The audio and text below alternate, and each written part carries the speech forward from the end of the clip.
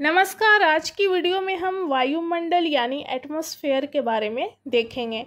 इससे संबंधित कुछ महत्वपूर्ण पॉइंट्स और क्वेश्चंस हैं जो कि एग्ज़ाम में काफ़ी बार पूछा गया है, तो ये एग्ज़ाम की दृष्टि से बहुत ही इम्पॉर्टेंट है।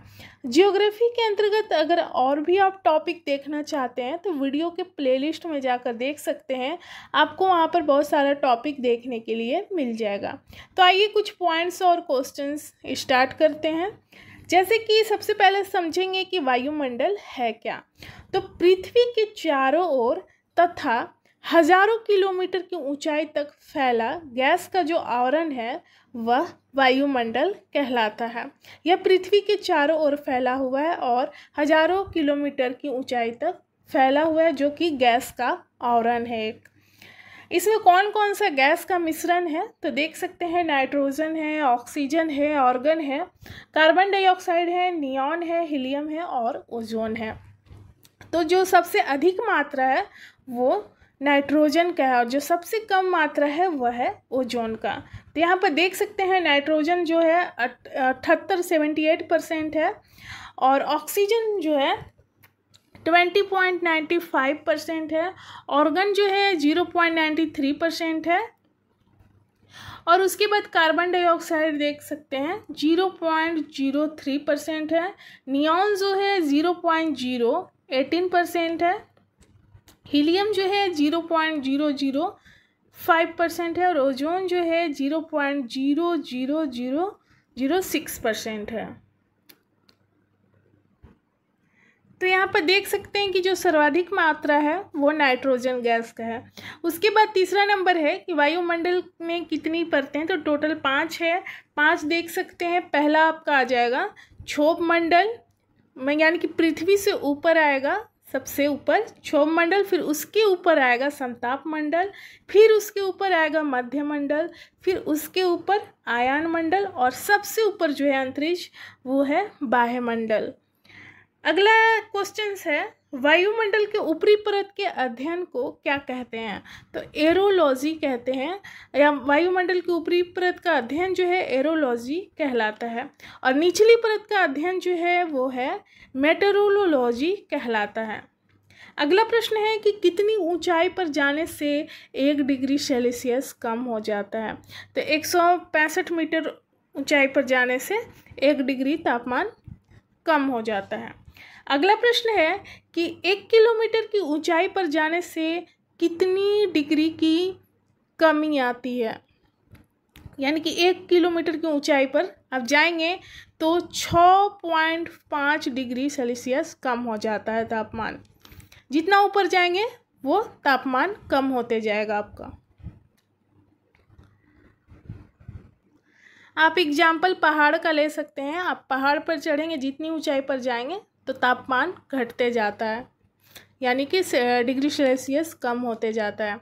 अगला प्रश्न है वायुमंडल में कौन सी गैस सर्वाधिक है, तो नाइट्रोजन है, हम ऊपर देख चुके हैं। वायुमंडल की सबसे निचली परत जो है, यानी कि जो फर्स्ट नंबर पर आता है वह है क्षोभ मंडल। इसको संवहन मंडल भी कहते हैं, ट्रोपोस्फियर भी कहते हैं। यहाँ पर देख सकते हैं क्षोभ मंडल को ट्रोपोस्फियर कहते हैं, समताप मंडल को स्ट्रेटोस्फियर कहते हैं, मध्य मंडल को मेसोस्फियर और आयन मंडल को आयनोस्फियर और बाह्य मंडल को आइसोस्फियर यहाँ पर कहते हैं, एक्सोस्फियर, आइसो नहीं एक्सोस्फियर। अब उसके बाद 11 नंबर का क्वेश्चन देखेंगे।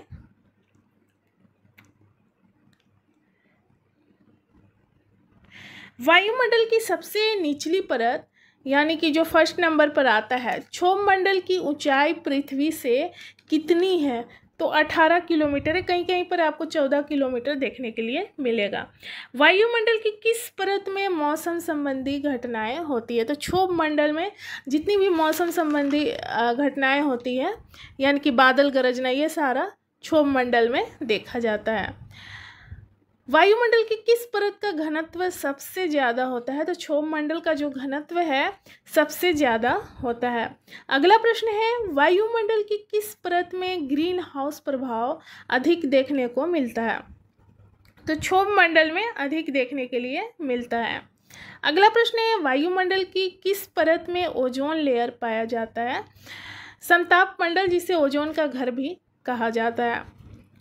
अगला प्रश्न है, सूर्य से आने वाली हानिकारक किरण जो है पराबैंगनी किरण कहते हैं, वो कौन बचाती, कौन सी परत वायुमंडल के?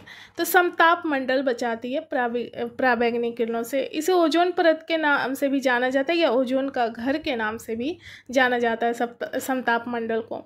अगला प्रश्न है, ओजोन परत की मोटाई किससे मापी जाती है? तो डॉप्सन यूनिट से ओजोन परत की जो मोटाई है वो मापी जाती है। अगला प्रश्न है, समताप मंडल की मोटाई जो है कितनी होती है? तो 50 किलोमीटर। मध्य मंडल, समताप मंडल के बाद मध्य मंडल, वह 80 किलोमीटर, और मध्य मंडल के बाद आता है आयन मंडल, इसकी मोटाई 80 से 640 किलोमीटर कहलाता है। और यहाँ पर बाह्यमंडल में आपका अंतरिक्ष आ जाएगा, जिसकी कोई सीमा नहीं है। अगला प्रश्न है, वायुमंडल की कौन सी परत रेडियो तरंग को परिवर्तित करती है? तो आयन मंडल। ये एग्जाम में काफ़ी बार पूछा गया है। अगला प्रश्न है, कौन सी गैस ग्रीन हाउस प्रभाव के लिए उत्तरदायी है? तो कार्बन डाइऑक्साइड जो है ग्रीन हाउस के लिए प्रभाव के लिए उत्तरदायी है। अगला प्रश्न है, वायुमंडल की परत क्षोभ मंडल सबसे गर्म क्यों होती है? तो पृथ्वी के या पृष्ठ से गर्म हो जाती है। अगला है, वायुमंडल की किस परत में बादल गरजते हैं? तो क्षोभ मंडल में है जो मौसम संबंधी घटनाएं देखी जाती है, तो वहाँ पे बादल भी गरजते हैं। अगला प्रश्न है, वायुमंडल की किस परत में हवाई जहाज उड़ते हैं? तो हवाई जहाज जो उड़ते हैं समताप मंडल में, क्योंकि क्षोभ मंडल में बादल होते हैं, इसलिए यह समताप मंडल में उड़ते हैं। अगला प्रश्न है, संचार उपग्रह किस वायुमंडल परत में स्थित है? तो यह आयन मंडल में स्थित है। अगला प्रश्न है, क्षोभ मंडल में तापमान ऊंचाई के साथ क्या होता है? तो यह घटता है। जैसे जैसे ऊपर जाएंगे तापमान घटता हुआ आपको दिखेगा। वायुमंडल की किस परत का तापमान स्थिर रहता है? ना घटता है ना बढ़ता है। समताप मंडल में तापमान जो है स्थिर देखने के लिए मिलता है। अगला प्रश्न है, वायुमंडल की कौन सी परत जो है सबसे ठंडी परत कहलाती है? तो मध्यमंडल जो है सबसे ठंडी परत कहलाती है। वायुमंडल की कौन सी परत उल्का पिंड से बचाती है? तो मध्यमंडल जो है उल्का पिंड से बचाती है। वायुमंडल की किस परत में बादलों का घनत्व सबसे ज़्यादा होता है? तो बादल जो है क्षोभ मंडल में ही देखने के लिए मिलता है, तो यहाँ पर आंसर हो जाएगा क्षोभ मंडल। अगला है, वायुमंडल मुख्यतः गर्म होता है, तो पृथ्वी से विकिरण द्वारा वायुमंडल जो है गर्म होता है।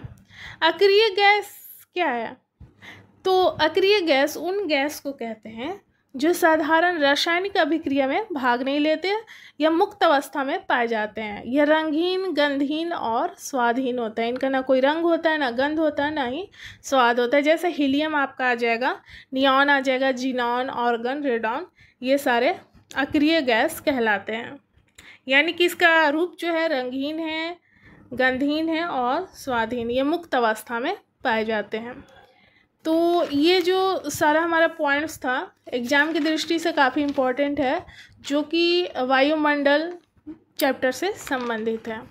तो मिलते हैं अगले वीडियो में। धन्यवाद।